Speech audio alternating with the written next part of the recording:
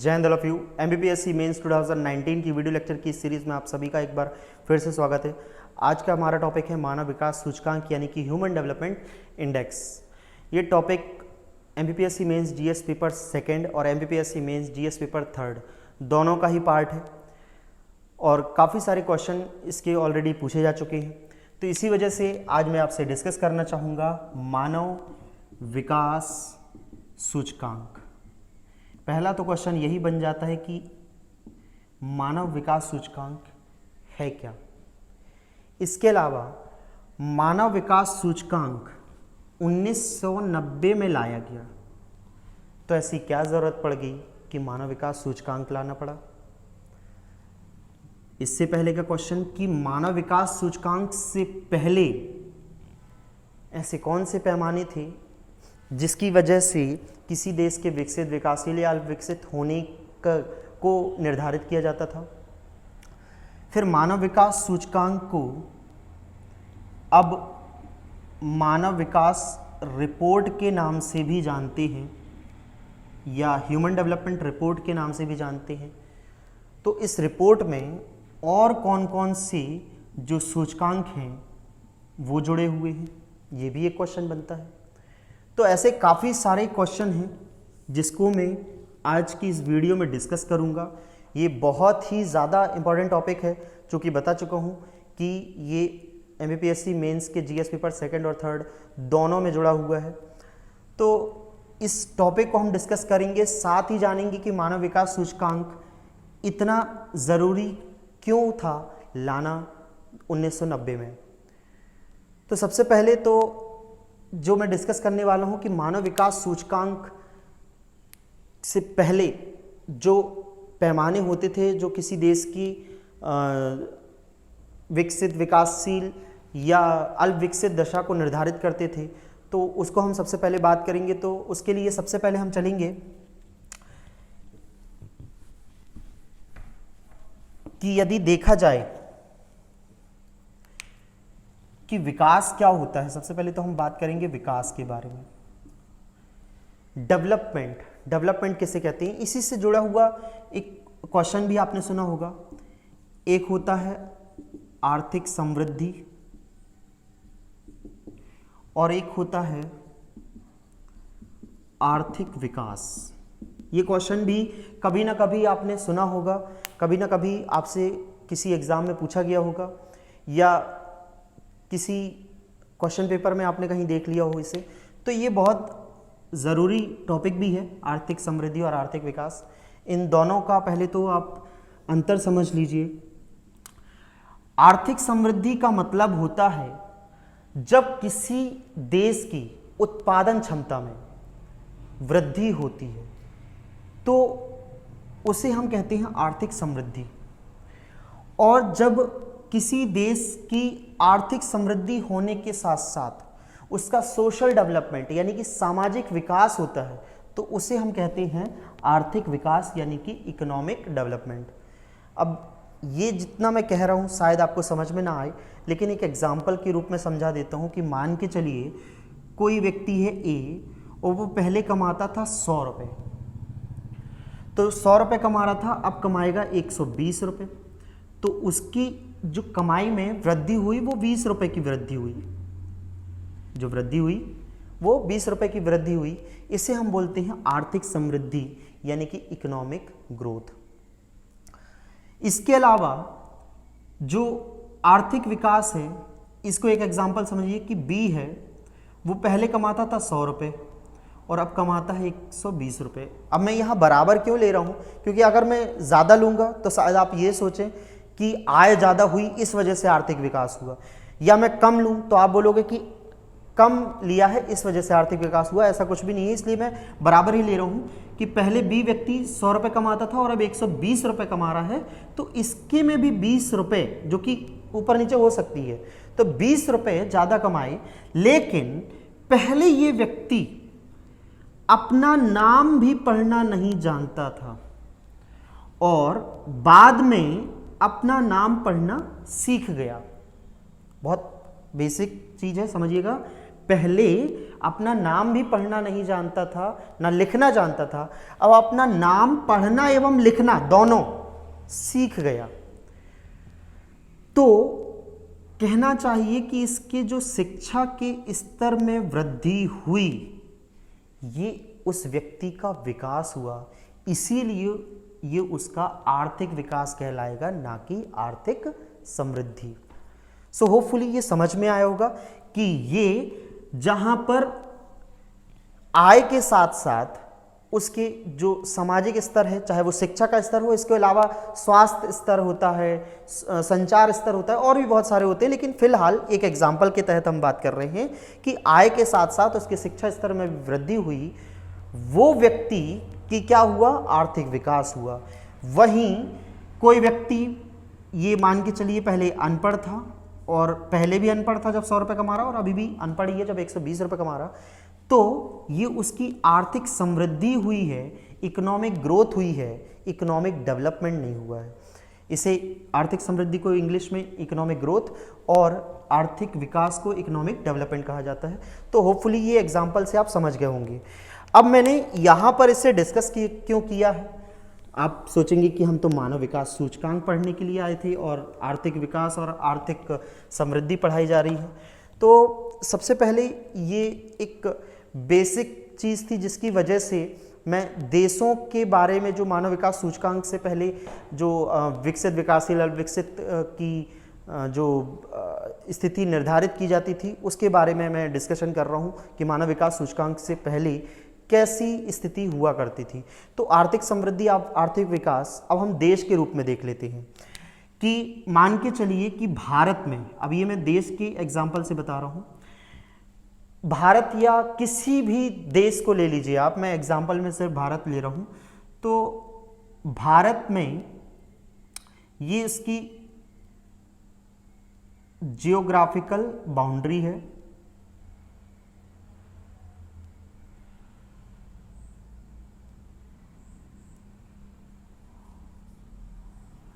ये जो geographical boundary है, इस बाउंड्री के अंदर चाहे वो देशी व्यक्ति हो यानी कि भारतीय हो या विदेशी व्यक्ति हो, इन दोनों के द्वारा पिछले एक साल में जितनी भी वस्तुएं, जितनी भी इस भारतीय सीमा के अंदर उत्पादित की जा रही है, इस सीमा के अंदर उत्पादित की जा रही है, चाहे वो एक सुई से लेके एक बड़ा सा हेलीकॉप्टर क्यों ना हो,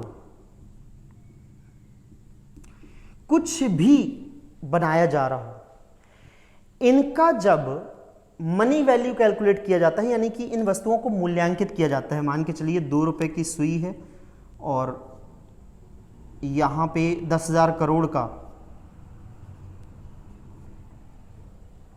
हेलीकॉप्टर है, जो भी कुछ आप प्राइस लेना चाहें, तो ये जो इसको कैलकुलेट करोगे आप 10,000 करोड़ 2 रुपए कुछ करके, तो ये उस देश का उत्पादन होगा जिसे हम जीडीपी के नाम से जानते हैं, सकल घरेलू उत्पाद। कुछ भी उसने वस्तुएं बना हो, लेकिन साथ में इसके सेवाएं भी शामिल की जा सकती हैं, बिल्कुल की ही जाती हैं। और ये बात समझिएगा, सेवाएं मतलब कि कोई व्यक्ति 8 घंटे काम करता है और महीने भर की सैलरी उसे, या दिन की सैलरी ही उसे अगर कहना चाहिए 500 रुपये मिल रही है, तो ये साल भर में जितना कमाएगा उस पूरे साल की अगर मैं बात करूं, तो सेवाएं प्रदान करने के बाद उससे जितनी इनकम होगी वो भी इसमें ऐड कर दीजिए, तो वो उस देश की जीडीपी में जोड़ा जाएगा। तो इस तरह से किसी देश की जीडीपी की अगर मैं बात करूं, सकल घरेलू उत्पाद की, उसकी उत्पादन क्षमता की, तो इस तरह जोड़कर यदि भारत में जो पूरा उत्पादन है वो है 1 लाख करोड़, मान के चलिए एक एग्जांपल है 1 लाख करोड़, जो कि 2019 के लिए हमने यहां पर देखा। ये बाद में बढ़कर 1,10,000 करोड़ या इसको आसान भाषा में लिखिए 1,10,000 करोड़ बढ़कर हो गया 2020 में। मतलब कि यहां पर पहले 1,00,000 करोड़ की वस्तुओं का उत्पादन और सेवाओं का उत्पादन किया गया था, जो 2020 में बढ़कर 1,10,000 करोड़ पहुंच गया। तो यदि हम देखें कि 1,00,000 करोड़ का 10,000 कितना होता है, तो वो होगा 10%। तो इस तरह जो भारत की उत्पादन क्षमता में वृद्धि हुई, इसे हम बोलेंगे आर्थिक समृद्धि, यानी कि इकोनॉमिक ग्रोथ। लेकिन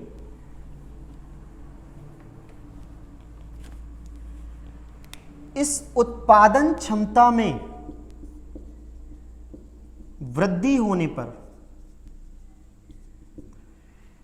साथ में जब हम जोड़ दें कि यहां पर जो स्कूली शिक्षा का स्तर है, इसमें वृद्धि हुई है, काफी सारे स्कूल बनाए गए हैं, स्वास्थ्य सेवाएं बढ़ाई गई हैं, मतलब कि अस्पताल भी बनाए गए हैं,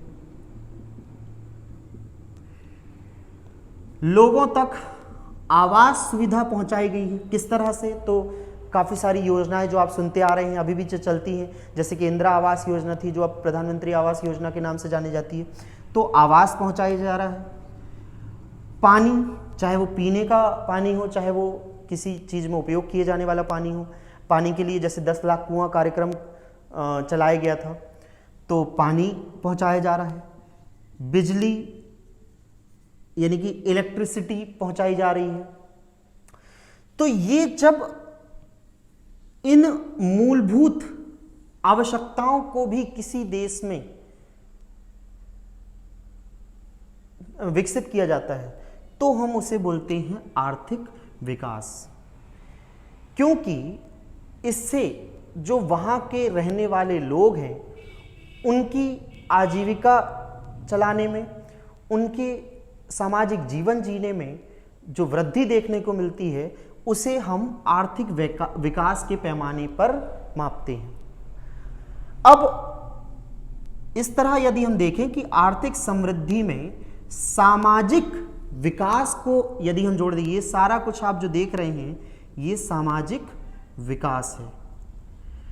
तो इन सब चीजों को मिला दें, चाहे वो आर्थिक समृद्धि हो और चाहे वो सामाजिक विकास हो, इनको मिला दें तो वो कहलाता है आर्थिक विकास, यानी कि इकोनॉमिक डेवलपमेंट।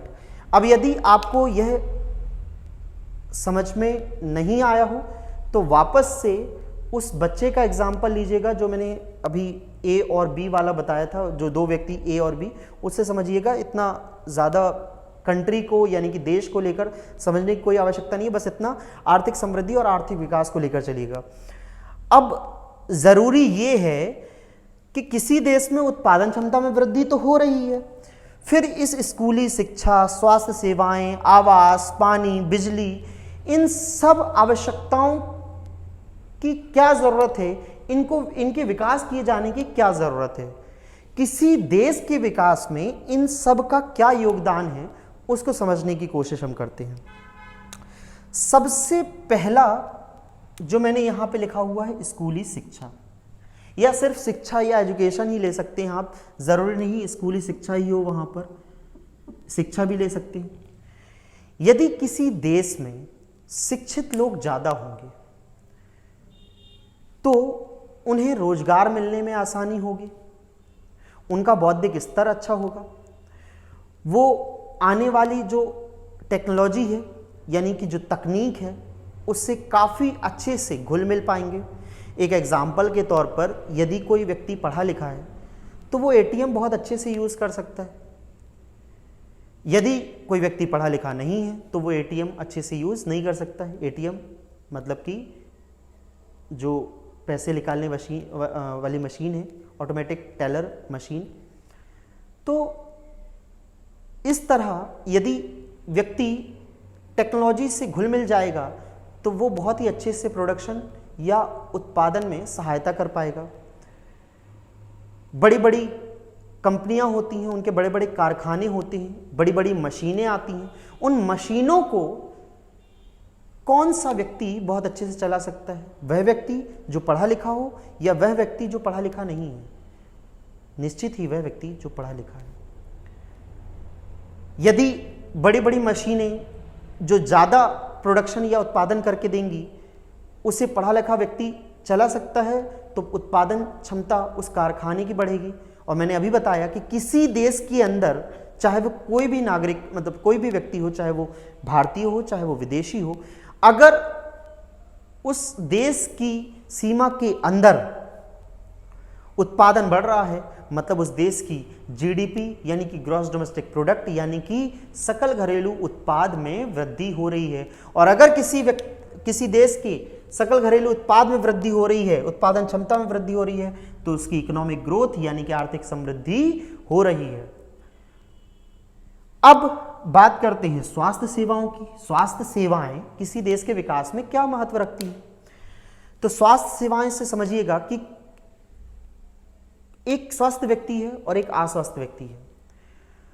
तो देश में उत्पादन क्षमता में अगर हमें वृद्धि करनी है तो ज्यादा से ज्यादा लोग काम करें तब उत्पादन क्षमता में वृद्धि होगी, या कम से कम लोग काम करें तो ज्यादा उत्पादन क्षमता में वृद्धि होगी?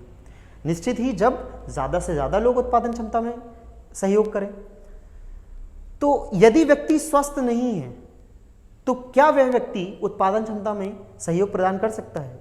उदाहरण के तौर पर एक व्यक्ति जो अस्वस्थ है, जो कारखाने में काम कर रहा था, कपड़े या यहाँ पे कोई भी वस्तु बनाने के कारखाने जो होते हैं उसमें काम कर रहा था, यदि वो व्यक्ति अस्वस्थ हो जाए तो क्या वह उधर पे काम कर सकता है?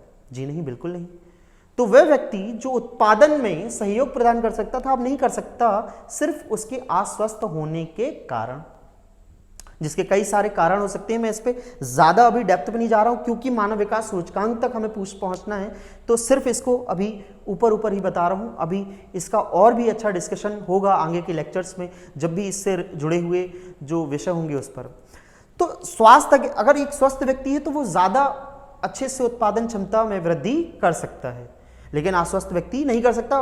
उल्टा वो जो अस्वस्थ व्यक्ति है उसे अपना स्वास्थ्य ठीक करने के लिए और पैसे खर्च करने पड़ेंगे, और वो तभी संभव है, वो वहीं करेगा जहां पर अस्पताल होंगे। अगर उस अस्वस्थ व्यक्ति को अस्पताल का सहयोग नहीं मिलता है, डॉक्टर का सहयोग नहीं मिलता है, तब वो व्यक्ति अस्वस्थ ही रहेगा।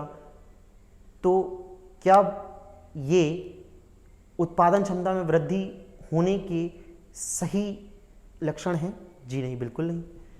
वो व्यक्ति बिल्कुल भी उत्पादन क्षमता में वृद्धि करने के लायक नहीं होगा। तो स्वास्थ्य का सही होना बहुत जरूरी है। इसमें पुरुष और महिलाओं दोनों के स्वास्थ्य के बारे में बात कर रहा हूं मैं। अब बात करते हैं आवास। तो कहीं पर भी आवास का क्या महत्व है? देखिए, आवास जो होता है, आवास किसी व्यक्ति के रहने का सिर्फ स्थान ही नहीं होता है, ये वो स्थान होता है कि व्यक्ति को स्वस्थ भी रखता है। गर्मी, सर्दी, बरसात, यदि व्यक्ति इन सभी मौसमों में खुली अवस्था में रहेगा तो जल्द ही उसका स्वास्थ्य खराब हो सकता है। एकदम से उसे गर्मी लगे, एकदम से उसे कहना चाहिए सर्दी लगे, बरसात हो जाए, तो उसके स्वास्थ्य पर एक बुरा प्रभाव पड़ेगा। और यदि व्यक्ति अस्वस्थ होगा तो फिर वह उत्पादन क्षमता को वृद्धि नहीं कर पाएगा।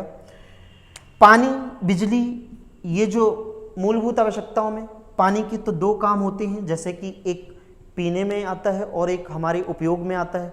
बिजली बनाने के लिए भी जो कोल पावर प्लांट होते हैं और थर्मल पावर प्लांट होते हैं, thermal power plant, hydel power plant, इन सब में पानी का कितनी उपयोगिता है ये सभी आप जानते हैं। इसके अलावा बिजली, आज के जो कारखाने हैं या जो भी पहले कारखाने चलते थे उनकी जो मशीनें हैं वो बिजली पर ही चलती हैं। तो यदि बिजली नहीं होगी तो उन कारखानों में बिजली नहीं पहुंचने के कारण उत्पादन नहीं बढ़ेगा। तो यदि हमें इस उत्पादन क्षमता में वृद्धि करनी है तो इन चीजों में भी हमें वृद्धि करनी होगी, तभी आर्थिक समृद्धि के साथ साथ हमारा आर्थिक विकास होगा। और यदि किसी देश का आर्थिक विकास होता है तभी वह अल्प विकसित से विकासशील और विकासशील से विकसित अवस्था में आता है। तो उम्मीद है कि आप ये चीज समझ गए होंगे कि कोई देश कब अल्प विकसित से विकासशील और विकासशील से विकसित अवस्था में आता है। अब 1990 से पहले तक इन्हीं पैमानों के आधार पर भारत और ऐसे कई सारे देशों की स्थिति को निर्धारित किया जाता था। लेकिन जैसे जैसे समय बीतता जा रहा था पूरे विश्व में जनसंख्या वृद्धि हो रही थी। अब यदि जनसंख्या वृद्धि हो रही है तो उनको जो ये मूलभूत सुविधाएं, इनको मैं मूलभूत सुविधाएं कहता हूं, ये जो मूलभूत सुविधाएं हैं ये हर एक व्यक्ति तक पहुंच पाएं ऐसा जरूरी नहीं है। जैसे कि मान के चलिए कि किसी एक परिवार में पहले 2 लोग थे, एक ए और एक बी। ए पहले कमाई करता था तो इसके पास 5,000 रुपये आ जाते थे, तो 2,500 का उपयोग ए कर लेते था, 2,500 रुपये का उपयोग बी कर लेता था। लेकिन अचानक से गांव से इनका कोई तीसरा भाई सी आ जाता है, तो अब इसको भी खाने पीने रहने आने जाने खर्च करने के लिए पैसे की जरूरत होगी। तो यदि हम देखें कि इनके पास जो अभी क्षमता थी खर्च करने की 2,500 रुपये, क्योंकि पहले सिर्फ 5,000 की कमाई हो रही थी, बी कोई काम नहीं कर रहा था, बी पढ़ाई कर रहा था, तो जो सी वाला व्यक्ति आया है ये भी शहर पढ़ने के लिए आ गया मान के चलिए, तो ये जो 5,000 है अब वो 3 लोगों में बटेगा तो लगभग 1,700 रुपये तकरीबन तीनों के लिए हो गए। तो ये जो तीसरा व्यक्ति आया, इस तीसरे व्यक्ति के आने पर जो इनकी आय थी वो आय बट गई।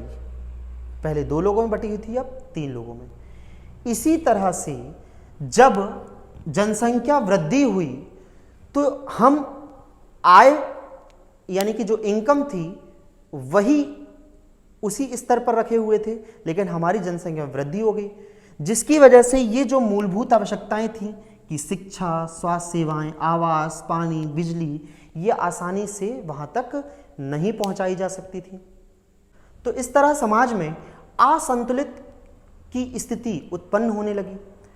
समाज का एक वर्ग जिसके पास मूलभूत सुविधाएं आसानी से पहुंच रही थी और एक ऐसा वर्ग जहां पर मूलभूत आवश्यकताएं आसानी से नहीं पहुंच रही थी। एग्जाम्पल के तौर पे एक गांव में और एक शहर में अगर हम बात करें तो शहर में पानी अच्छी तरह से पहुंच रहा होगा, शिक्षा भी अच्छी तरह से पहुंच रही होगी,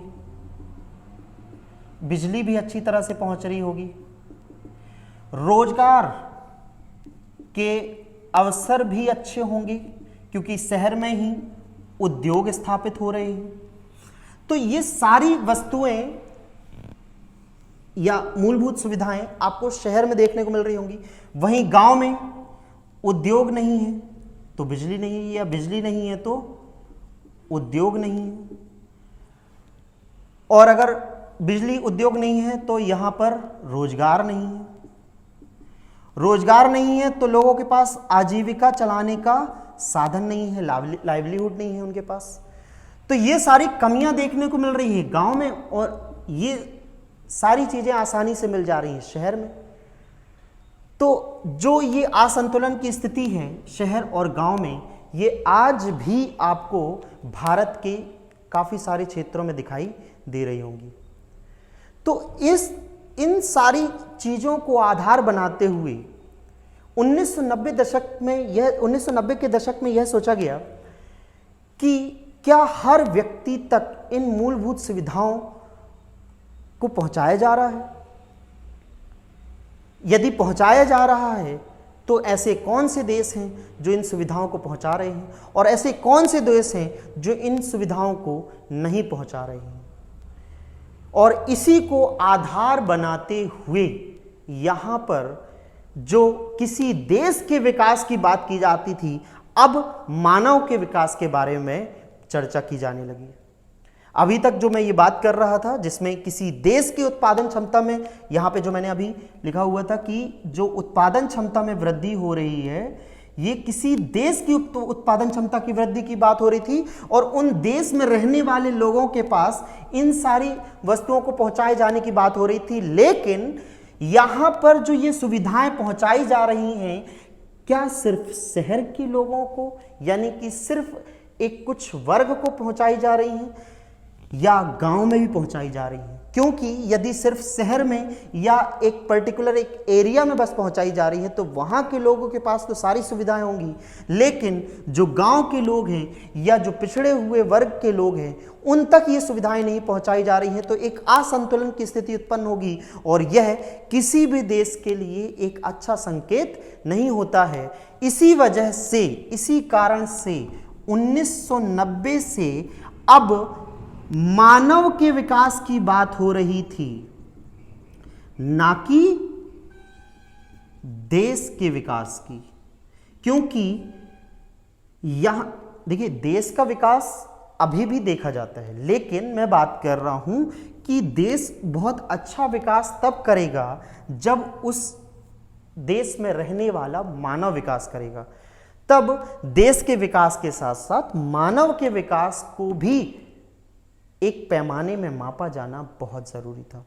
तो 1990 के दशक में यह सोचा गया कि क्यों ना मानव के विकास को आधार बनाकर एक सूचकांक जारी किया जाए, और इसकी जो शुरुआत हुई थी वह की थी पाकिस्तान के अर्थशास्त्री महबूब उल हक।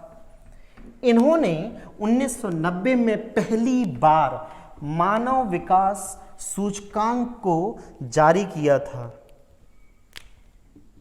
1990 में पहली बार ह्यूमन डेवलपमेंट इंडेक्स यानी कि मानव विकास सूचकांक को जारी किया गया था, और ये किया किसने था? तो पाकिस्तानी अर्थशास्त्री महबूब उल हक। इन्हें समर्थन दिया था हमारे यहाँ के अर्थशास्त्री यानी कि भारत के अर्थशास्त्री अमर्त्य सेन जी के द्वारा। 1998 में अमर्त्य सेन जी को वेलफेयर इकोनॉमी के लिए नोबेल प्राइज मिल चुका है। इसी इंडेक्स के जारी होने के बाद यूनाइटेड नेशन डेवलपमेंट प्रोग्राम यानी कि संयुक्त राष्ट्र विकास कार्यक्रम के द्वारा प्रति वर्ष ह्यूमन डेवलपमेंट इंडेक्स की रिपोर्ट जारी की जाने लगी थी। यूनाइटेड नेशन डेवलपमेंट प्रोग्राम का हेडक्वार्टर अमेरिका के न्यूयॉर्क सिटी में स्थित है और यूएनडीपी बना था 1965 यानी कि 1965 में। ये बेसिकली डेवलपमेंट, किसी भी देश के डेवलपमेंट, उसके जो विकसित होने पर काम करने के लिए पहचाना जाता है। ह्यूमन डेवलपमेंट इंडेक्स में एक परिवर्तन देखने को मिला जब 1995 में इसमें जेंडर रिलेटेड डेवलपमेंट इंडेक्स साथ में जेंडर एम्पावरमेंट मेजर्स को भी जोड़ा गया। ये किस तरह से काम करते हैं ये मैं आज के वीडियो में डिस्कस नहीं करूंगा, क्योंकि अभी मैं सिर्फ ह्यूमन डेवलपमेंट इंडेक्स को यहाँ पे डिस्कस कर रहा हूँ, तो सिर्फ ह्यूमन डेवलपमेंट इंडेक्स को समझिए। ह्यूमन डेवलपमेंट इंडेक्स की अगर मैं बात करूँ तो इसमें किन चीज़ों को बेस किया जाता है, किन चीज़ों को आधार बनाकर ये सूचकांक या ये इंडेक्स जारी किया जाता है, तो उसको समझिए। सबसे पहले कि यहाँ पर शिक्षा को जो पहला यहाँ पे आधार बनाया जाता है सूचकांक को तैयार करने के लिए, वो पहला आधार होता है शिक्षा। शिक्षा में स्कूली शिक्षा के अपेक्षित वर्ष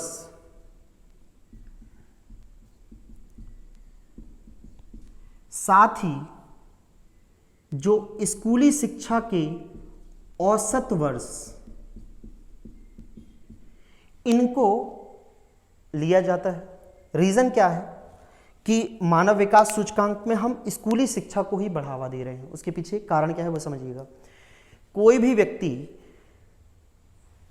अपनी शिक्षा के स्तर को आगे कब बढ़ा सकता है? सबसे पहली चीज जब उसकी स्कूली शिक्षा अच्छी हुई हो। इसके पीछे कारण क्या है वह समझिएगा कि भारत में आज भी जो 2011 की जनगणना है उसमें लगभग 70% लोग शिक्षित हैं और 30% लोग अशिक्षित।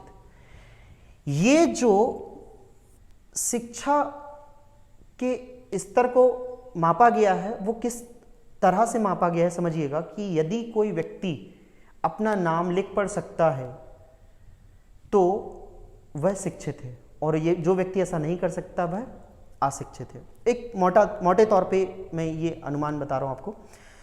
तो यदि हम 30% ऐसे व्यक्तियों को देखें कि जो यहां पर ना तो लिख पढ़ सकते हैं ना तो समझ सकते हैं उस चीज को, 121 करोड़ की जनसंख्या में 30% ऐसे लोग हैं जो अशिक्षित हैं। तो यदि हम एक मोटे तौर पर अनुमान लगाएं तो 36 करोड़ लोग 2011 की जनगणना के हिसाब से 2011 में 36 करोड़ लोग ऐसे थे जो पढ़े लिखे नहीं थे।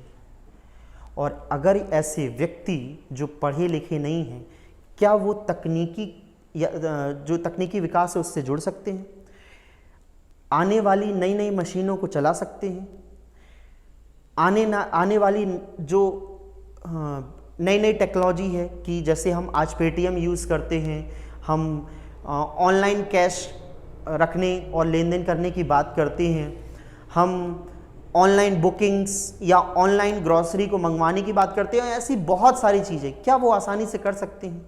और जहां साइबर क्राइम जैसे अपराध होते हैं क्या उस अवस्था में इन 36 करोड़ व्यक्तियों का अपना जीवन निर्वहन करना इतना आसान हो पाएगा या हो पा रहा होगा? और यदि नहीं हो पा रहा होगा तो हमें क्या करना पड़ेगा? हमें उनकी स्कूली शिक्षा, जो आगे आने वाली जनरेशन है उनके साथ ऐसा हाल ना हो, उनकी स्कूली शिक्षा को बढ़ाना पड़ेगा। और स्कूली शिक्षा को बढ़ाने के लिए जो बच्चे हैं उन बच्चों ने अपने ज़्यादा से ज़्यादा समय अपनी स्कूली शिक्षा को दिए हों, इसी वजह से अपेक्षित वर्ष और औसत वर्ष यहाँ पर लिए गए हैं।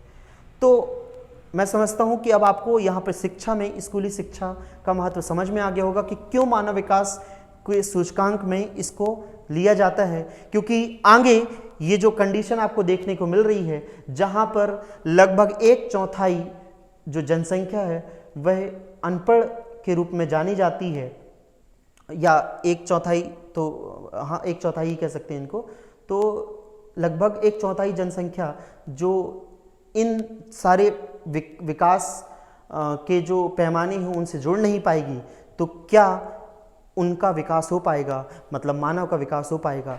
जी नहीं, बिल्कुल नहीं। तो इस वजह से शिक्षा और स्कूली शिक्षा का बहुत महत्व बढ़ जाता है। दूसरा यहां मैं बात करूंगा स्वास्थ्य, और इस स्वास्थ्य के अंतर्गत आता है जीवन प्रत्याशा। जीवन प्रत्याशा, अब ये जीवन प्रत्याशा है क्या? कोई व्यक्ति अपनी जन्म लेने के बाद कितने साल तक जिएगा, यह उसकी जीवन प्रत्याशा होती है।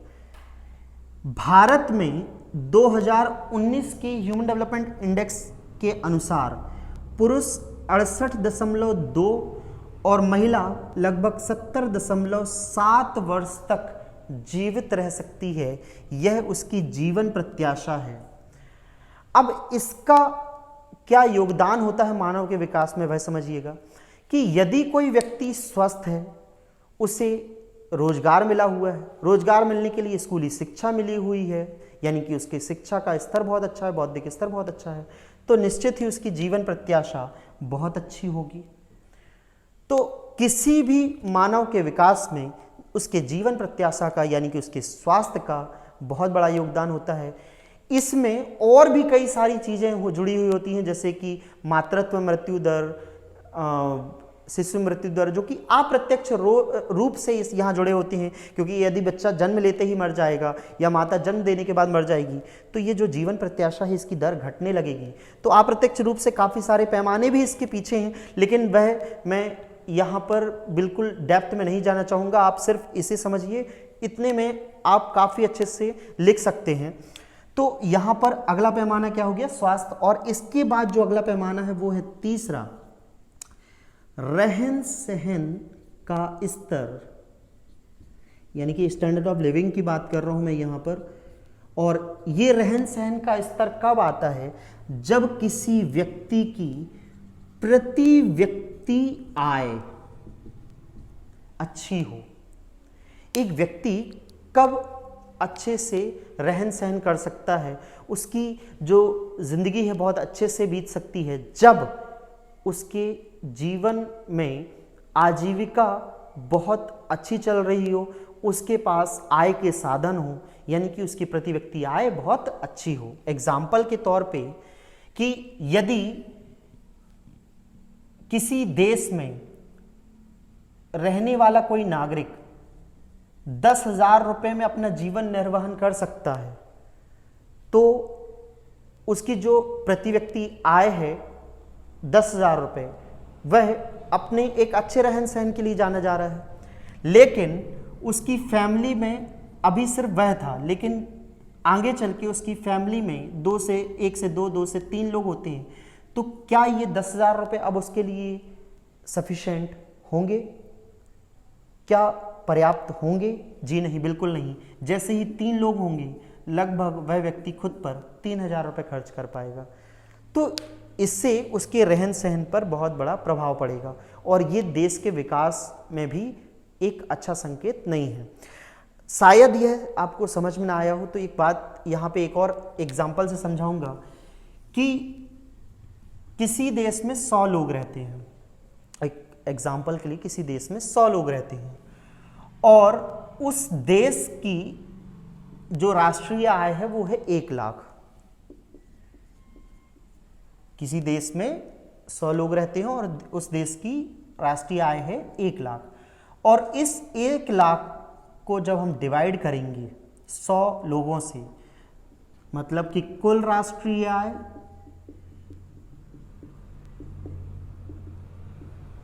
डिवाइडेड बाय कुल जनसंख्या, तो क्या निकलेगा? 1,000 रुपये। ये जो 1,000 रुपये है, ये है प्रति व्यक्ति आय।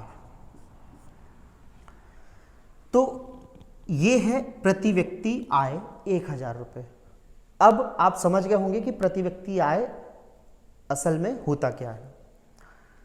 तो ये तो मैंने एक एग्जाम्पल लिया था कि किसी देश में 100 लोग रहते हैं और उस 100 लोगों की जो कुल राष्ट्रीय आय थी वो 1 लाख रुपए थी, तो एक व्यक्ति लगभग 1,000 रुपये कमाता होगा। तो ये एक एग्जाम्पल के तौर पे लिया जा रहा है। मान के चलिए 1,000 रुपये आपके लिए बहुत अच्छे हैं, फाइन। लेकिन समय बीतने के साथ आपकी जो इनकम है वो 1 लाख से 1,10,000 ही हो पाती है, लेकिन आपके देश की जनसंख्या बढ़कर लगभग 200 हो जाती है। तो अब इसे जब आप अलग करेंगी तो आप देखिए कि प्रति व्यक्ति आय घटकर 550 रुपये रह गई है। मतलब एक व्यक्ति जो पहले 1,000 रुपये से निर्वहन करता था, अपना जीवन व्यतीत करता था, अब उसे खुद पे खर्च करने के लिए कितने हो गए? 550। और और आपको पता है कि समय बीतने के साथ महंगाई बढ़ती है, तो हमारी आय बढ़नी चाहिए थी, ना कि घटनी चाहिए थी। तो ये एक गलत संकेत हमें प्रदान करता है। तो मतलब यहाँ पे राष्ट्रीय आय भी बढ़नी चाहिए जनसंख्या बढ़ने के साथ। इसी वजह से आपने देखा होगा कि भारत या किसी भी देश की जो जीडीपी होती है, जो कि जीडीपी मतलब राष्ट्रीय आय से ही जुड़ी होती है, वो कैसे होती है, किसी दिन जब जीडीपी या नेशनल इनकम या राष्ट्रीय आय का टॉपिक उठाऊंगा तो वहां पर बता दूंगा आपको। तो इसी वजह से हमारे यहाँ पे जो काफ़ी सारे आप देखते रहते होंगे कि बताया जाता है कि आईएमएफ ने कहा है कि भारत की जीडीपी ग्रोथ इतनी कम हो गई है, इतनी ज़्यादा हो गई है। तो इसका क्यों इतना प्रभाव होता है कि जीडीपी बढ़ रही है या कम हो रही है? क्योंकि यदि किसी देश की राष्ट्रीय आय बढ़ रही है तो उसकी जनसंख्या बढ़ने के साथ उसकी राष्ट्रीय आय भी बढ़ेगी, तब उसकी जो प्रति व्यक्ति आय है वह बढ़ेगी। और अगर प्रति व्यक्ति आय नहीं बढ़ेगी तो उस देश का विकास संभव नहीं है। और यदि प्रति व्यक्ति आय बढ़ती है तो वह व्यक्ति अपनी मूलभूत आवश्यकताओं को पूरा कर पाएगा। और जब कोई व्यक्ति अपनी मूलभूत आवश्यकताओं को पूरा कर लेता है तब अपने आप ही वह स्वस्थ भी होता है, वह देश की उत्पादन क्षमता में वृद्धि करने के लिए भाग भी लेता है और भी बहुत सारी परिस्थितियों का सामना अच्छे से कर सकता है। तो प्रति व्यक्ति आय भी बहुत ज़रूरी यहाँ पैरामीटर है मानव विकास सूचकांक को लेकर। सो होपफुली ये समझ में आ गए होंगे शिक्षा, स्वास्थ्य और रहन सहन को लेकर। इन तीनों चीज़ों को यहाँ पर आधार बनाकर मानव विकास सूचकांक यहाँ पे बनाया जाता है। अब इसमें जो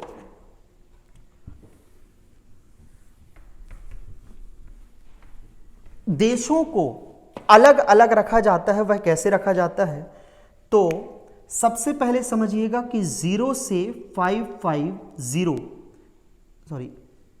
02, इसमें सबसे पहले मानव विकास सूचकांक में 0 से लेकर 1 तक की वैल्यू यानी कि मूल्य दिया जाता है देशों को।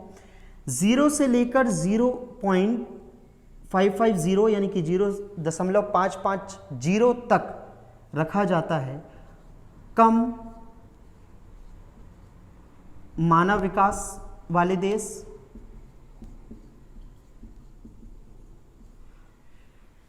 जिसे हम लो ह्यूमन डेवलपमेंट कंट्री के रूप में जानते हैं। 0.550 से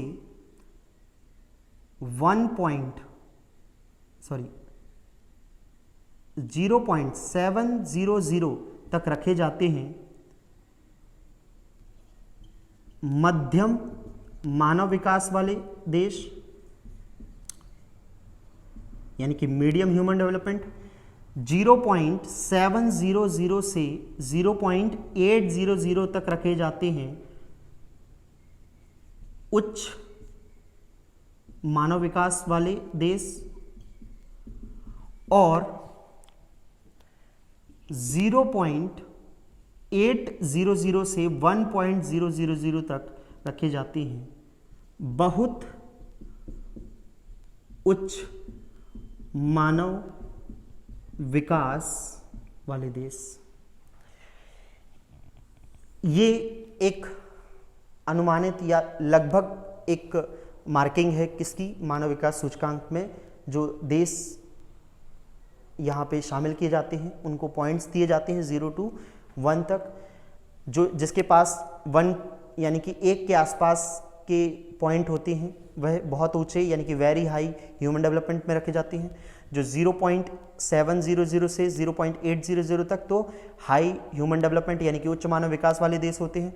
0.550 से 0.700 तक मध्यम मानव विकास वाले देश होते हैं। 0 से लेकर 0.550 यानी कि 0.550 तक होते हैं वो होते हैं कम मानव विकास यानी कि लो ह्यूमन डेवलपमेंट।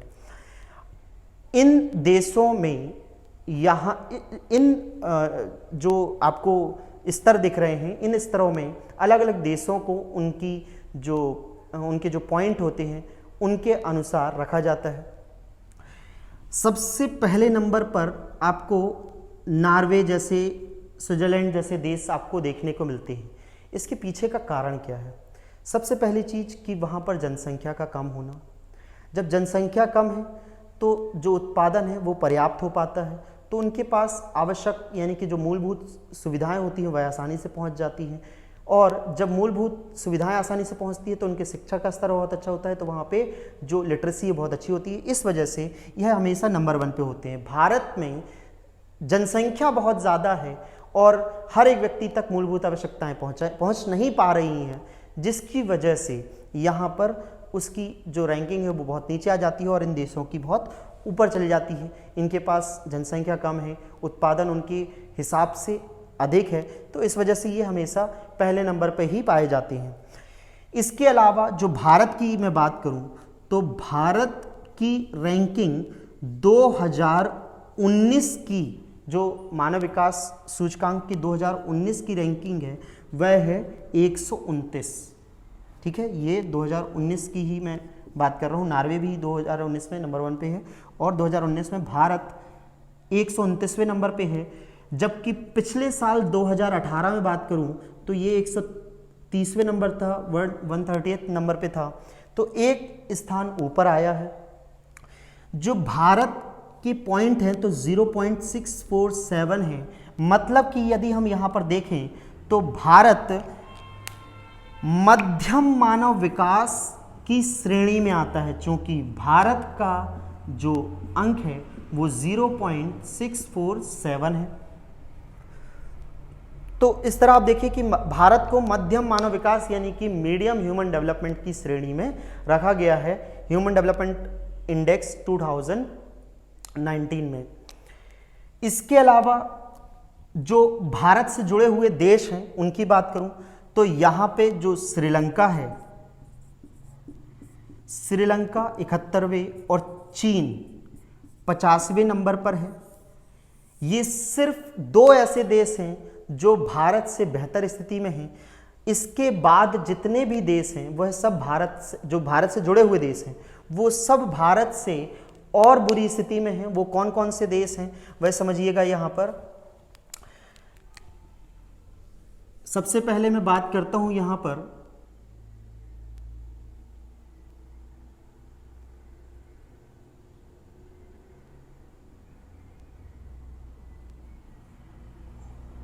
श्रीलंका। श्रीलंका का स्थान है 71वां।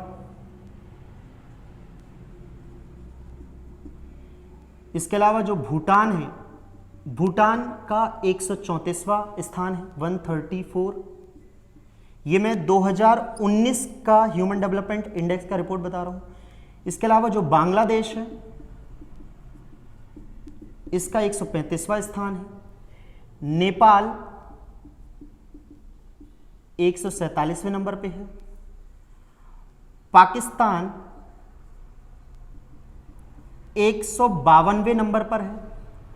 वहीं अफगानिस्तान की अगर मैं बात करूं तो अफगानिस्तान 170वें नंबर पर है और चीन 50वें नंबर पे है। म्यांमार 145वें नंबर पर है।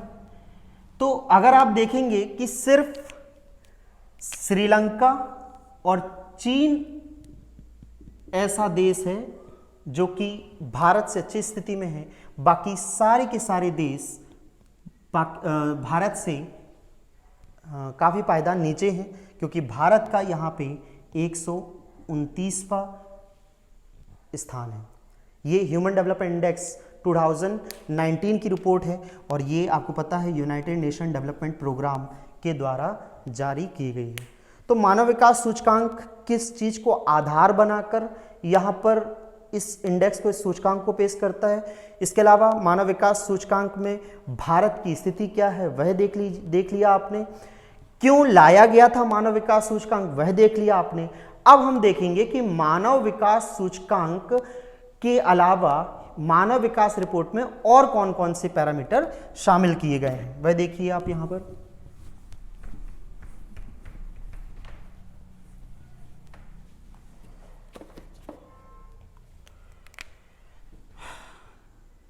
सबसे पहले तो 1990 में पहली बार ह्यूमन डेवलपमेंट इंडेक्स यानी कि मानव विकास सूचकांक हमें देखने को मिलता है। 1995 में ह्यूमन डेवलपमेंट इंडेक्स के साथ जोड़ दिया जाता है gender related development index, gender related development index, और इसी के साथ जोड़ दिया जाता है यहां पर gender empowerment measures, gender empowerment measures, और इनको जोड़ के जो जारी होती है रिपोर्ट उसे हम बोलते हैं मानव विकास रिपोर्ट। 1995 के बाद 2010 में ये याद रखिएगा, ये यूनाइटेड नेशन डेवलपमेंट प्रोग्राम के द्वारा ही जोड़े गए थे। 2010 में जेंडर इनइक्वलिटी इंडेक्स और 2010 में ही मल्टी डायमेंशनल पॉवर्टी इंडेक्स, लिंग असमानता सूचकांक और बहुआयामी निर्धनता सूचकांक, ये भी 2010 में इसमें जोड़ दिए गए। तो जो जेंडर इनइक्वलिटी इंडेक्स है ये तो यूएनडीपी के द्वारा यानी कि यूनाइटेड नेशन डेवलपमेंट प्रोग्राम यानी कि संयुक्त राष्ट्र विकास कार्यक्रम के द्वारा ही जोड़े गए थे, लेकिन जो मल्टी डायमेंशनल पॉवर्टी इंडेक्स है इसे जोड़ा था Oxford poverty human development initiative, जो कि इंग्लैंड में है यह संस्था, और साथ में जोड़ा था इसको जोड़ा था साथ में यूनाइटेड नेशन डेवलपमेंट प्रोग्राम। तो इन दोनों ने मिलकर मल्टी डायमेंशनल पॉवर्टी इंडेक्स या बहुआयामी निर्धनता सूचकांक जोड़ दिया। इसी के साथ 2010 में ही एक और जोड़ा था inequality adjusted human development index, inequality adjusted human development index. ये सब जुड़ने के बाद आज जो रिपोर्ट आती है मानव विकास रिपोर्ट, वो इन सब को शामिल करके यानी कि ह्यूमन डेवलपमेंट इंडेक्स को, जेंडर डेवलपमेंट इंडेक्स को, जेंडर एम्पावरमेंट मेजरमेंट्स को, और फिर बाद में बदलकर gender inequality index, multidimensional poverty index, inequality adjusted human development index, इन सब को जोड़कर जो आती है उसे हम कहते हैं मानव विकास रिपोर्ट। और ये मानव विकास रिपोर्ट आपको पता है यूएनडीपी यानी कि यूनाइटेड नेशन डेवलपमेंट प्रोग्राम यानी कि संयुक्त राष्ट्र विकास कार्यक्रम के द्वारा जारी की जाती है, जो कि 1965 में बना है और अमेरिका के न्यूयॉर्क सिटी में इसका मुख्यालय है। सो होपफुली ये जो लेक्चर था वो आपको समझ में आया हो। मानव विकास सूचकांक से जुड़े हुए काफ़ी सारे प्रश्नों को यहाँ पे मैंने उत्तर देने की कोशिश की है। यदि आपको इनमें से कोई भी चीज़ में परेशानी होती है तो आप मुझे कमेंट बॉक्स में बता सकते हैं कि जो भी आपको परेशानी जा रही है, कोशिश करूँगा कि आने वाली वीडियोज़ में आपको उसे सॉल्व करके दूँ। और यदि आपको और कोई डाउट है तो आप मुझसे पूछ सकते हैं वहाँ पर। आज के लिए इतना ही। जय हिंद, जय भारत।